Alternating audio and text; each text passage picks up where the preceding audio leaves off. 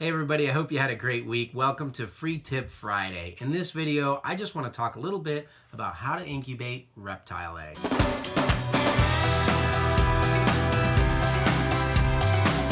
so here's the thing. In today's day and age, you can go buy a commercially available incubator very easily, and it comes with an instruction packet, and you can go ahead and incubate your eggs.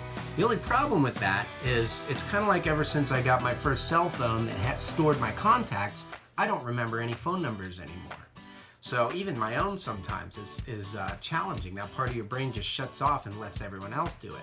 So I want to talk about incubation theory, how eggs incubate, and what kind of elements you're trying to set up in an incubator. And I think if you guys can follow along and grasp the concept of this, it's going to allow you to really kind of revolutionize incubation for you and much more easily troubleshoot any problems that you come along without having to just go to like a Facebook forum or something and ask everybody that, all think they have the right answer, when really you're the only one in your exact situation.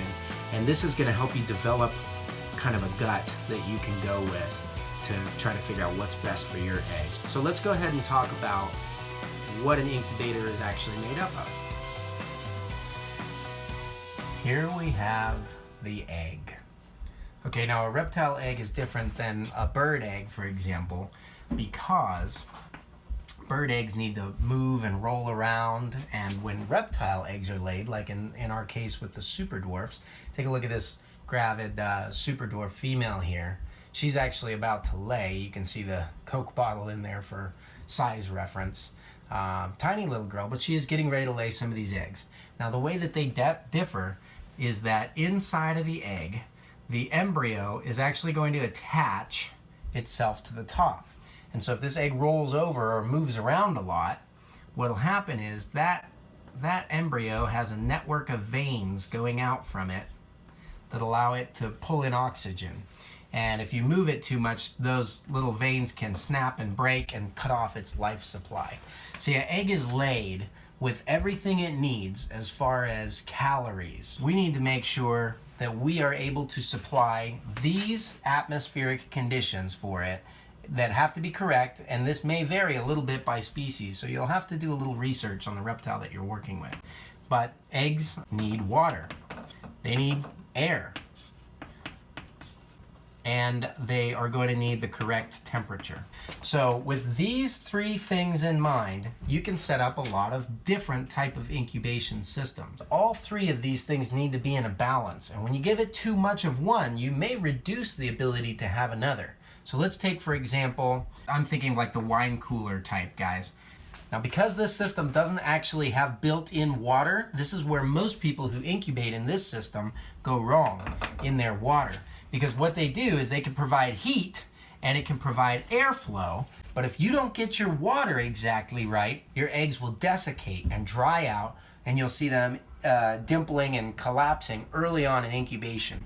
And that means you didn't have enough water available to the eggs. So then what people do is they dump a bunch of water in their substrate, and they end up putting too much water in there, and they either drown the egg or they create an environment that causes too much mold. Now here's one misconception that people have about how to give their eggs water. They put a damp substrate in there and they think that the eggs absorb water up through the substrate, and that's not correct. All you're going to do is rot the bottoms of your eggs out if your substrate is too moist. Where eggs get their water is from air and really high levels of humidity. 100% is great, but you have to keep the egg shell itself dry. So when people use vermiculite, that is like a sponge, and it soaks up all the water, and when you place an egg onto vermiculite, you're putting that egg in direct contact with the water that's inside of the vermiculite. Perlite, the little white balls that you sometimes see inside of a soil, these little white balls, they basically only serve to hold that egg from rolling back and forth, but they have much better drainage, so that when you add water into your substrate, it actually flows down through to the bottom, and you get this water down below, and the perlite substrate elevates the egg up above the water to keep it dry and held in place, but it gets all of the evaporation as moisture coming from the perlite. And again, you're not trying to have wet perlite so that it can soak up water through it. You just want perlite to be able to evaporate. Now, one thing that does happen with perlite that you need to be aware of and you need to take care of, dusty. And it has all these little particulate matter inside. And that dust, just like this chalk in my lungs, I don't know, can you see it floating through the air there? When you buy it, it has all this dust in it. And so when you mix it up and you throw your eggs on there, that dust kind of settles over the egg. It's very small and it will choke out the air from the egg. So this is what happens, guys, a lot of times when your eggs go full term and they start to die at the end, or you get like greenness in the eggs and the eggs are just slowly dying and rotting, and people are always tempted to cut their eggs open early to save the babies at this point. Cutting early is not going to save those babies, guys. I mean, it's a developmental thing. They need oxygen. So if you get perlite, you want to actually sift it all out, and then you want to rinse it really well and try to wash out all that dust, and then it takes a long time to dry out. So make sure you do this weeks in advance. That's one of the downfalls of perlite in that system. Now, the incubation method I'm going to show you kind of counteracts this, and I want to show you how that works. But again, you want to make sure that you have the right temperature. This has to remain, I mean, eggs are actually pretty tough when it comes to temperature, but it should be consistent. You don't want drastic swings. So you don't want your temperature to be really low and then really high. This is another downfall of like a vertically oriented incubator, because when you open that, you're gonna have a tendency to have hot spots at the top and cool at the bottom. You need a lot of air to turn it around so that doesn't happen. And every time you open that incubator door, you lose all the heat. And so instead of having your eggs sitting in something like this with shelves, boxes at the top, center, and bottom, if you can have something that is more horizontal in nature with boxes going across all at the same or close to the same level, you're not going to have all of that kind of temperature swing. With this stuff in mind, let me go ahead and walk you through my thought process of how my incubator was developed. And this incubator is not this one in particular. I think this one's about 5 years old, but I've been using similar incubators to this for literally decades. Okay. 3 things our eggs need. Now, we're gonna have some kind of a horizontal incubator so that when we put our little eggs in there, they're all at the same level, and that you don't have these large temperature swings. Now, what's cool about this is I don't need as much, I don't need any fan really at all. I don't use any. So those vertical ones, the point of that fan is not to like blow massive amounts of air onto the eggs. That's actually a bad thing. The reason why they have a fan is to compensate for the vertical orientation, because heat naturally rises. So you're gonna have warmer at the top and cooler at the bottom if you don't blow that air all around. So by setting all our eggs out like this way, we can eliminate the fan altogether. They're gonna have the air they need. They don't need air circulation. They just need access to fresh air. So we have our temperature set up good here and our air. Now the water. Here's the magic of my incubation system for me. What I do is when I have this container, I make it a waterproof container. So now think like a cooler. A cooler works really good. You open the top, you go in, you grab a drink, right? And what I do is I suspend these eggs above the water, and then I fill actual just sitting water inside of the incubator. And so it's a much greater body of water.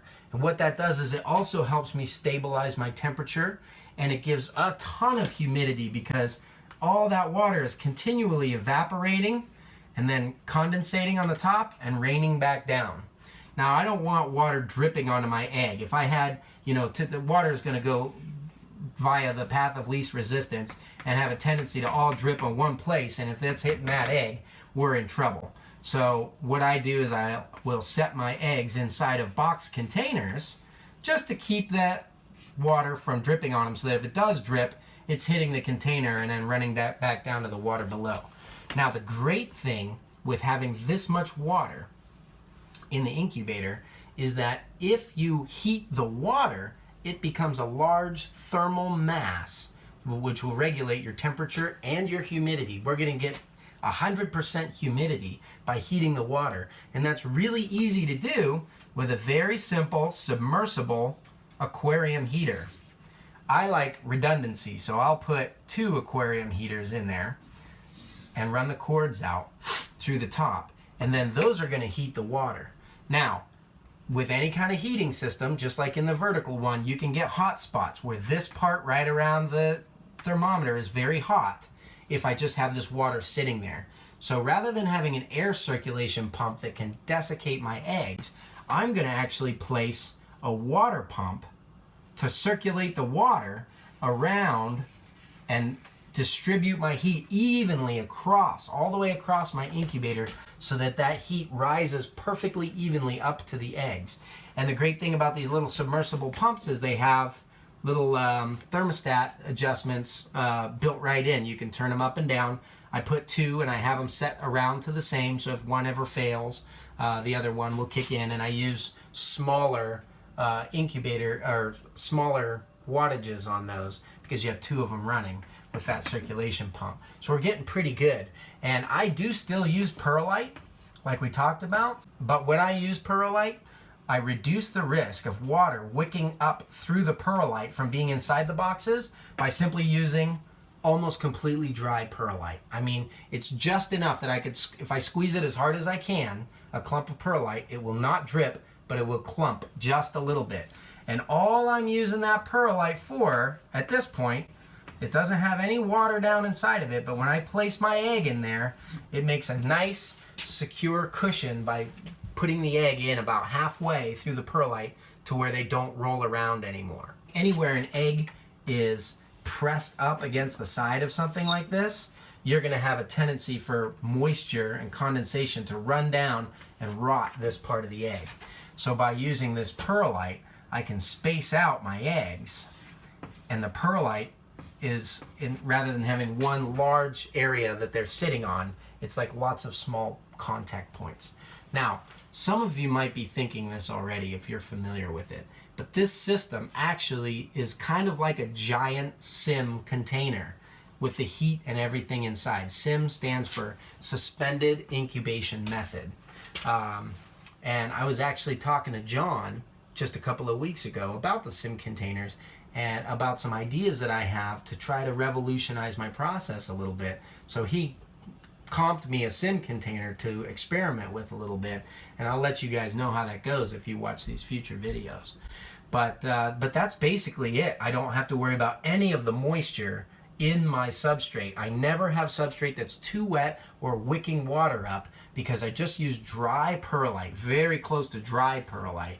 And all of my water, I have more water than people who put their water in the substrate by having huge amounts of evaporative properties coming from this large thermal mass.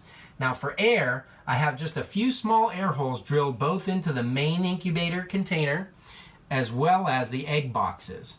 Now, eggs don't breathe a lot. Remember, most of these eggs, especially when they start out, you're talking about an embryo that might be the size of a pea in an egg that's the size of a tennis ball or something.